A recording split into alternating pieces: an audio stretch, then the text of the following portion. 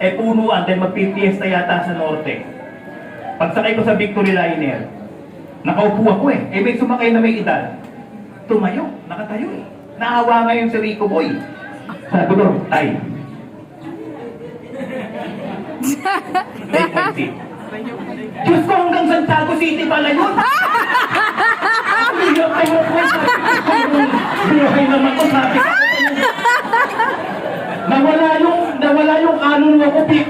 Masama pa rin maging mabait din. Diretso na pala yun. Sabi ko, parang napasubo ako dun ah.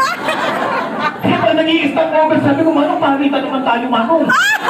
Sabi ko, wala na akong pakiramdam sa binti ko, Manong. Ang sip na talaga. Hindi ko yung gano'n. Minsan kasi hindi pala maging mabait dito. Pero yun sa Bible, in Hebrew, let us be concerned. Alam niyo po ba na concerned na kumpanya sa inyo?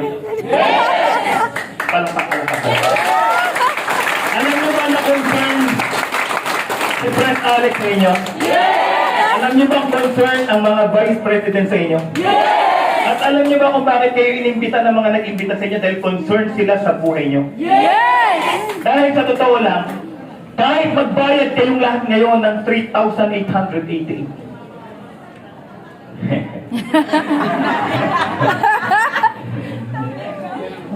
Wait, there's more. Hindi pa sa laki ng opisina natin. Hindi kayayaman ng kumpanya yun. Tama!